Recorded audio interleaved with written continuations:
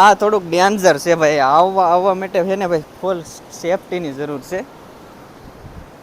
જો આખો હે ને આવી આવી રચ્છી દ્વારા બાંધવામાં આવેલો છે. છે કે ભાઈ આખા ભોયરામાં એને વીજળી ગોળ ગોળ ફરીને છે ને અહીંયાથી પસાર થતી ને અંદર એક આખી રૂમ બનાવવામાં આવેલી છે. આ ગુફાની અંદર એક બીજી ગુફા છે ને તે ગુફા છે ભાઈ. અને અહીંયા છે ભાઈ જો શિવલિંગ. હર હર મહાદેવ. હાલો ટપલ કેમ છો ભાઈ, બધા મજામાં છો ને? ફરી એક અમારા નવા વિડીયોમાં તમારું હાર્દિક સ્વાગત કરું છું ભાઈ બધાને. પહેલાં તો ભાઈ જય દ્વારકાધીશ.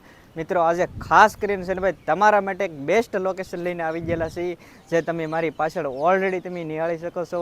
અહીંયા મિત્રો એમ કહેવાય છે કે ભાઈ કોઈ માનવ દ્વારા જગ્યા બનાવવામાં નથી આવેલી, પણ ઘણા સમય પહેલાં છે ને ભાઈ એમ કહેવાય છે કે ભાઈ અહીંયા વીજળી પડીને એના કારણે અહીંયા મોટો એક ગુફા રેકું થઈ ગયેલો, એ આપણે જોવાનું છે કઈ રીતનું છે. હાલો તો એ બધું આપણે પહેલાં અહીંયા જોઈ.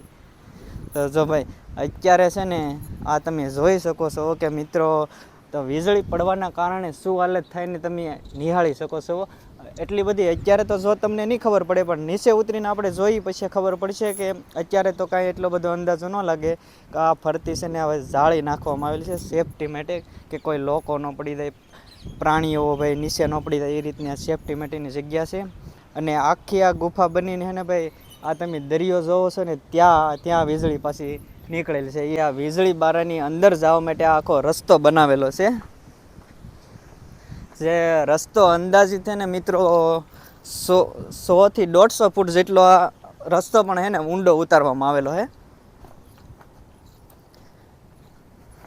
જે આ પથ્થરો છે ને, પથ્થરો ને કાપીને આ રસ્તો આખો બનાવવામાં આવેલો છે. નીચેથી બતાવું એટલે તમને અંદાજો આવી જાય કે એટલો ઊંચો, હજી તો આ બાજુ એટલું જ ઊંચું છે, પણ જેમ આગળ આગળ જાવું ને એમ નિશાણવાળો ભાગ આવી જાય. અહીંથી તમે જો મિત્રો કેટલો આપણે ઉપર હતા ને ત્યાંથી આખો રસ્તો ખોદકામ કરેલી છે ને નીચે ઉતારવામાં આવેલો છે.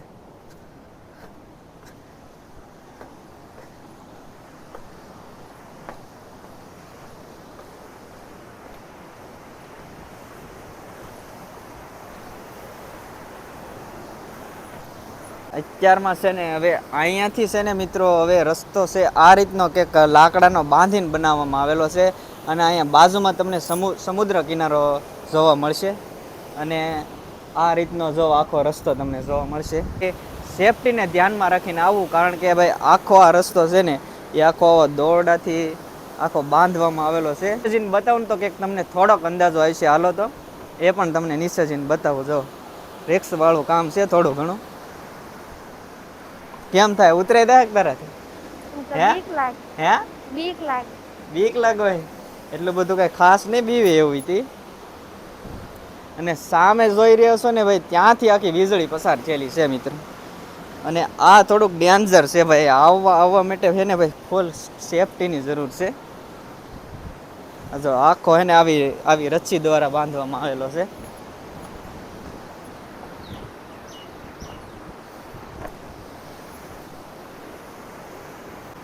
તમે જોઈ રહ્યા છો મિત્રો છે ને આ દરિયાનું પાણી છે ને અંદાજિત મારા અંદાજ પ્રમાણે અહીંયા સુધી આવી જતું છે. તો અહીંયા કે દરિયો ભરાઈ જતી છે એ પછી અહીંયા આવું મારા અંદાજ પ્રમાણે તો જોખમ ભર્યું છે. કે આ લાકડા દ્વારા ઊભો કરવામાં આવેલો છે એટલે થોડુંક રિસ્ક તો ખરું. અને આમ દરિયાનું પણ રિસ્ક ભાઈ, કારણ કે મોજા પણ અહીંયા છે ને થોડાક વધારે પ્રમાણમાં આવે છે. અને આવા પથ્થરો છે તમને જ્યાં આવા ઘણા બધા પથ્થરો ઠેઠ સામે સુધી તમને જોવા મળશે. અને અહીંથી જો મિત્રો લાઇટ હાઉસ છે ને હાવ નજીકથી તમને જોવા મળશે. અને આ જો મિત્રો અંદાજિત છે ને 150 થી 300 ફૂટ જેટલું આખું ઉપર રહેશે. અને વીજળી બારું કે તો પણ ચાલે. વધારે તો એમ કહેવાય કે મિત્રો વીજળી બારા તરીકે જ આ જગ્યાને વધારે ઓળખવામાં આવે છે. તો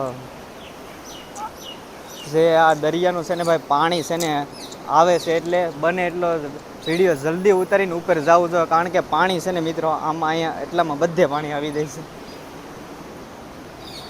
અંદર એન્ટર થઈ ગયા છે. આવી રીતનું છે ભાઈ, બહુ મોટી જગ્યા છે, તમે નિહાળી શકો છો. ઠેઠ સામેથી માંડીને આખી ફૂલ વિશાળ જગ્યા છે ભાઈ અંદર. હમણાં બ્લોકને નાખેલું છે એટલે ઘણું બધું સારું થઈ ગયેલું છે. પણ જો તમે અહીંયા આમાં તમે પક્ષીના ઘર પણ જોવા મળશે. અને ભાઈ સમાધિ સ્થાન છે, પરમ પૂજ્ય શ્રી અખંડાનંદની આ સમાધિ છે આ. અને એમની એક્ઝેક્ટ બાજુમાંથી તમને ગણપતિ બાપાના પણ દર્શન થાય. એક બીજી ગુફા છે ને તેની અંદર એક શિવલિંગ પણ છે, તો આપણે તેના પણ દર્શન કરવા જઈએ. હાલો તો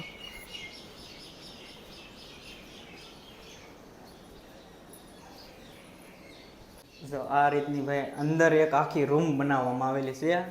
આ ગુફાની અંદર એક બીજી ગુફા છે ને તે ગુફા છે ભાઈ. અને અહીંયા છે ભાઈ જો શિવલિંગ. હર હર મહાદેવ.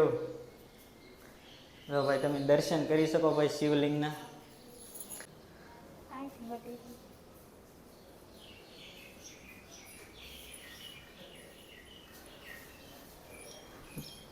હવે અહીંયાથી ભાઈ બહાર જાય છે. પુને રહેવા માટેની આ વ્યવસ્થા આખી બનાવવામાં આવેલી છે. અહીંયા પણ છે અને એક ઉપર પણ એક વ્યવસ્થા છે.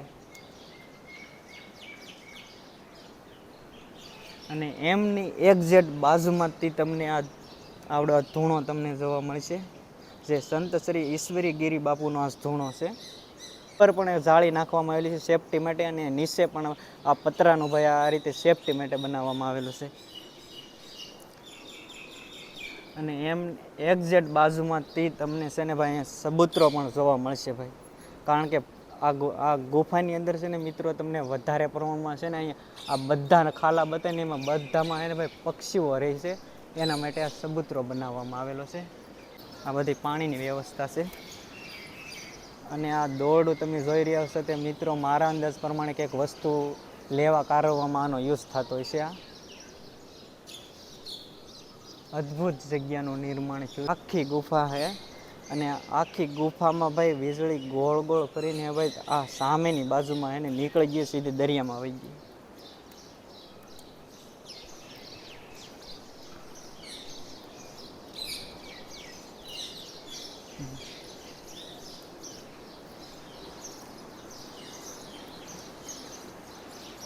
તમે ઉપરથી જોઈ તો ભાઈ એટલો બધો ખાસ અંદાજો ન આવ્યો, પણ નીચે આવ્યા પછી ખબર પડી કે ભાઈ આ તો બહુ મોટું વિશાળ ભોંયરું છે. આખી ગુફાની વિઝિટ કરીને ભાઈ પાછા ઉપર આવી ગયા છે. અને ભાઈ તમે આ લોકેશનની જો વાત કરીએ ને તો ભાઈ મવાથી છે ને અંદાજિત 9 થી 10 કિલોમીટર ભાઈ દૂર આવેલું છે અને દરિયાની નજીક આવેલું છે. તો તમે ચોમાસા દરમિયાન આવતા હોય તો ભાઈ થોડી ઘણી તકલીફ પણ તમને થશે. અને તમે મેપની અંદર તમે વીજળી બારું એવું સર્ચિંગ કરશો તો તમને ત્યાં પણ ત્યાંનું લોકેશન મળી જાય. અને બસ ભાઈ વધારે કાંઈ નહીં, હવે અહીંયા જ કરીશી વિડીયોનો એન્ડ. જો વિડીયો ભાઈ સારો લાગ્યો હોય તો લાઇક, શેર અને સબસ્ક્રાઈબ કરવાનું ભૂલતા નહીં.